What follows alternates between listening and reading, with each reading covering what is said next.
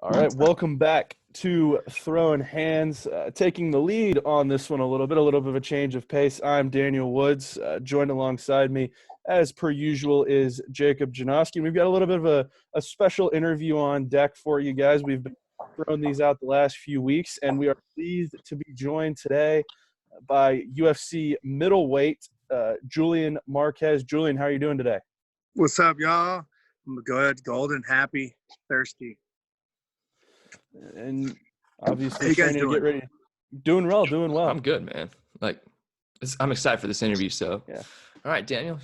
So you're getting ready to fight here in a few weeks, obviously getting trained up for that. But let's take it back more to the beginning of your career. This is kind of a question we throw at everybody we have on the podcast. How did you get your start in MMA? I was taking Jack 3D. You remember that old pre-workout drink? You know, I was sitting there in the weight room, just working out, looking up at the TV, and like Anderson Silva fights were on. And I was like, I don't know if you've ever taken Jack 3D, but it gets your blood pumping and your thoughts going, and you feel like you can crush the world. And I was like, man, I can fight. I'll knock that dude out. And then, a buddy of mine picked me up one day, told me we're going to practice. I said, okay, the gym's looking for wrestlers. Let's go here. I said, okay. And then just kind of like walked into the Kids to Leaders, which is now evolved into Glory MMA and Fitness. And I mean, the rest is history. So I'm just curious about your nickname. How'd you get the nickname, the Cuban Missile Crisis? The Cuban Missile Crisis was dubbed upon me at my amateur fight. I was fighting a kid named Danny Click. It was for the #1 spot in Kansas City, Missouri. He was undefeated. I think he was like 10-0, 11-0 at the time. Everybody kept talking that he was the person that was that guy in Kansas City. And it took us a long time to fight. Well, when we finally get to the fight, the ring announcer, I'm in back. I don't even know this. The whole time I'm warming up, the ring announcer asked a group of our friends, hey, what's his nickname? Everyone's like, well, I don't know what it is. He's like, no, we got to give him a nickname. He's going to get a nickname today. And they ended up, one of my good friend's wives ended up just saying it softly, like the Cuban Missile Crisis. And everybody's like, yeah, let's go with it. So would you say your Cuban heritage has any effect on the way you fight?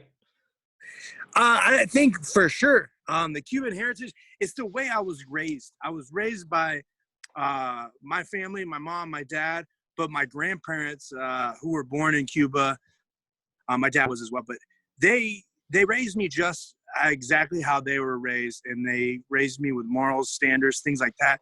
But from over the years of seeing how they live life, it was never quit, never give up, no matter how tough it was, no matter how hard it's going to be. So that type of mentality transferred over, and it didn't matter what I was doing. If I was playing baseball, basketball, football, we wouldn't give up. We would just always go into it, no matter how struggle the day was or how intense it was. We just keep going forward. So not long into your pro career, you got an opportunity with Bellator as your third pro fight. You ended up with a decision loss there.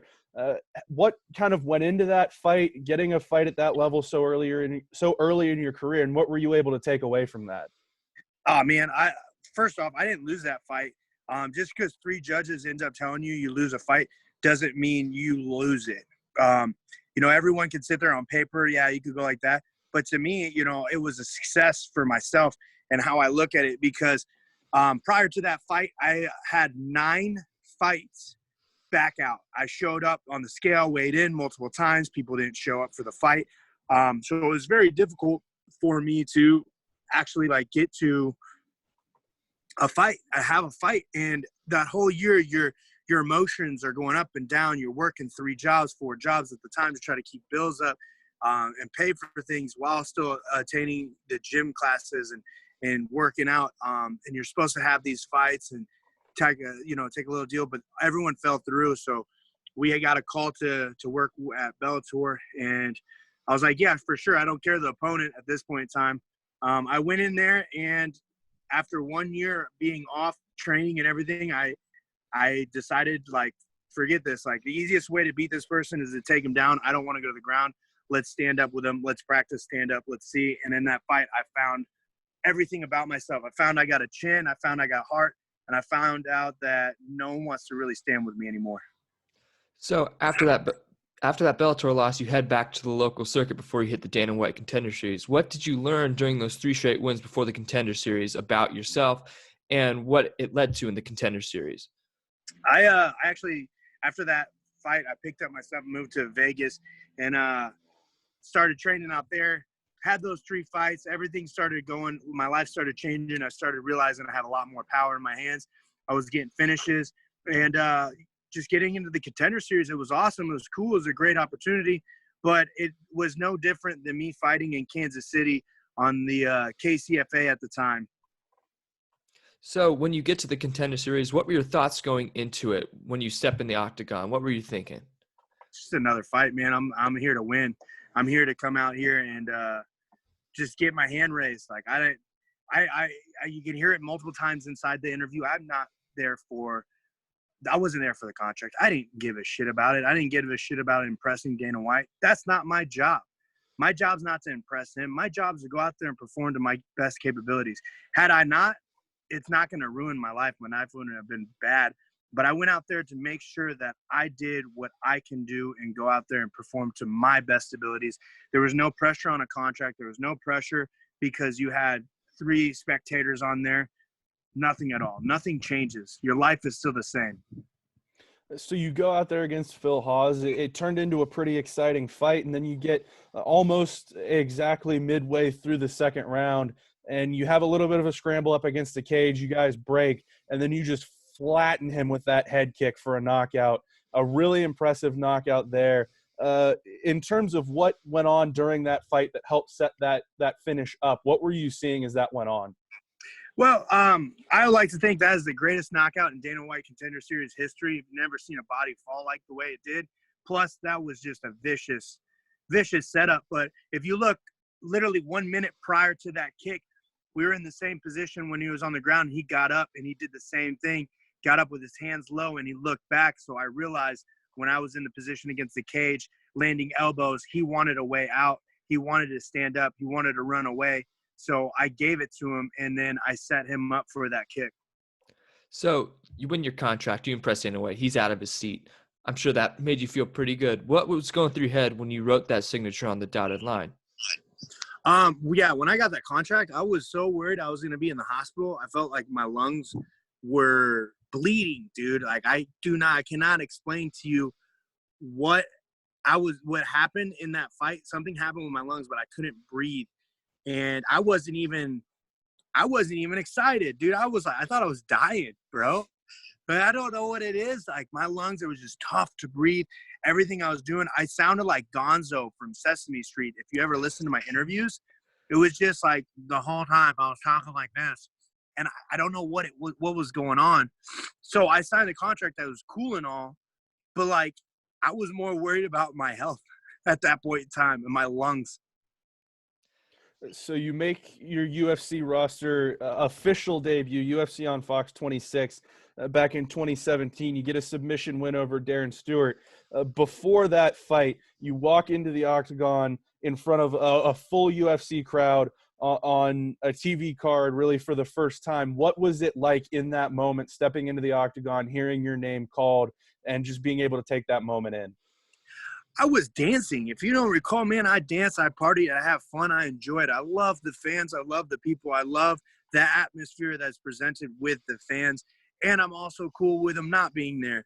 But it was just fun, man. That's why I do this.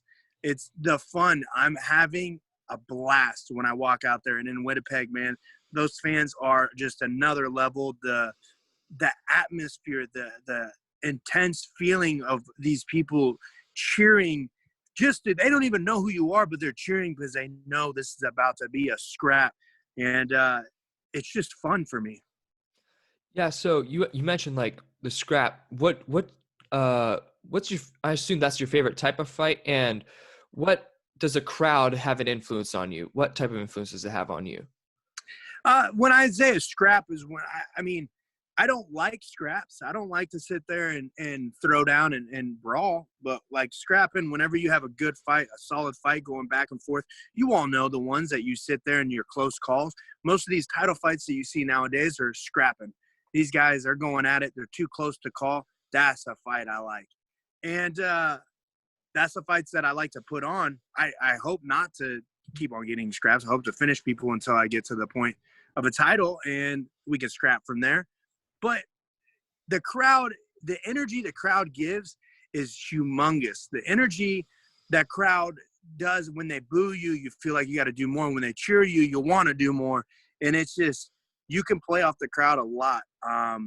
But a lot of people, when we're focused, hyper-focused in that, we don't focus on the crowd or the noise they make. You know, we block them out. You don't really hear them. All you do is hear your coaches.